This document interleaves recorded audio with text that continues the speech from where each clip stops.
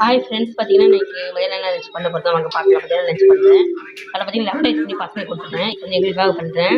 பார்த்தீங்கன்னா கத்திரிக்காய் வந்து 4 பீஸாக வெட்டி சொத்தை இல்லாமல் பார்த்து க்ளீன் பண்ணி எடுத்து வச்சுக்கங்க. அதுக்கப்புறம் பார்த்தீங்கன்னா கொஞ்சம் மஞ்சத்தூள், கொஞ்சம் உப்பு போட்டு நல்லா அதை வதக்கி எண்ணெயில் போட்டு வதக்கி எடுத்து வச்சுக்கணும். அப்புறம் அது காரக்குழம்பு மாதிரி வச்சு காரக்குழம்பு தான் வச்சுட்டு அதில் வந்து இதை போட்டுடணும். கத்திரிக்காய் போட்டு நீங்கள் வதக்கி செய்யும்போது வர டேஸ்ட் கூட இந்த மாதிரி தனியாக வாங்கி கத்திரிக்காய் வதக்கிட்டு நீங்கள் சேர்க்கும்போது ரொம்ப டேஸ்ட்டாக இருக்கும். அந்த காரக்குழம்பு பார்த்தீங்கன்னா கத்திரிக்காய் காரக்குழம்பு முழு கத்திரிக்காய் நல்லா கொஞ்சம் மஞ்சள் உப்பு போட்டு நல்லா வதக்கிடுங்க. எண்ணெயில் வதக்கி முடிச்சுட்டு உப்பு சேர்த்துக்குங்க. அதே டேஸ்ட்டு வேறு லெவலில் இருக்கும். சூப்பராக இருக்கும். கத்திரிக்காய் அப்படியே சாப்பிட்லாம். கத்திரிக்காய் சாப்பிட்றத கூட சாப்பிடுவோங்க இந்த மாதிரி நீங்கள் செய்யும்போது செம்மையாக இருக்கும். பார்த்தீங்கன்னா உங்களுக்கு காரக்குழம்பு ரெடி ஆயிடுச்சு.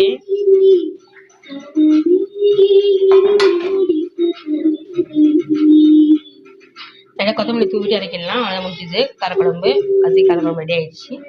சைடிஷ் பார்த்தீங்கன்னா பீன்ஸ் பொரியல் தான் பண்ணியிருந்தேன் இன்றைக்கி. காலைல பார்த்தீங்கன்னா பசங்களுக்கு வந்து லெமன் ரைஸ் பண்ணிவிட்டு முட்டை ஆர்டர் போட்டு கொடுத்துட்டேன்.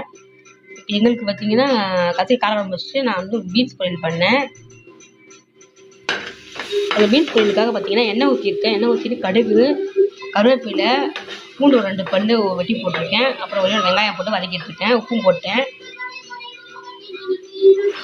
இப்போ பொடியாக வெட்டி வச்ச பீன்ஸ் நல்லா கழுவி வெட்டி வச்ச பீன்ஸை போட்டுக்கலாம்.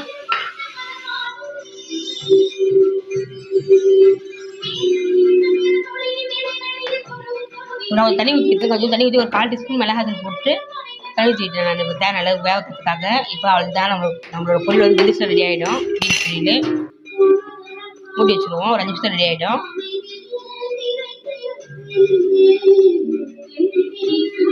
அதான் பீன்ஸ் பொரியல் ரெடி ஆகிடுச்சு ஃப்ரெண்ட்ஸ். சூப்பராக கொஞ்சம் பார்க்குறதுக்கு நல்லா தண்ணியெலாம் வற்றி போய் நல்லா வெந்து வந்திருக்கு. சூப்பராக இருக்கும். காரக்குழம்புக்கு பீன்ஸ் பொரியல் சூப்பராக இருக்கும்.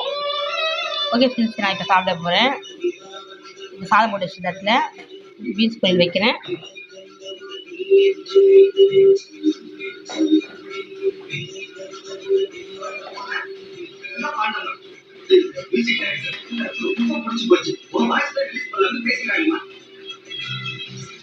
புளி கொஞ்சம் கம்மியாக சேர்த்துக்குங்க. புளி அதிகமாகிடுச்சு, புளிப்பாயிட்டம் நல்லா இருக்காது. இந்த காரம் போது புளி கொஞ்சம் லைட்டாக கம்மியாக சேர்த்துக்கணும். ஓகே ஃப்ரெண்ட்ஸ், எங்கள் வீட்டில் லஞ்சி தான். நீங்களும் சாப்பிட வாங்க. ஓகே ஃப்ரெண்ட்ஸ், பாய். பார்க்கலாம்.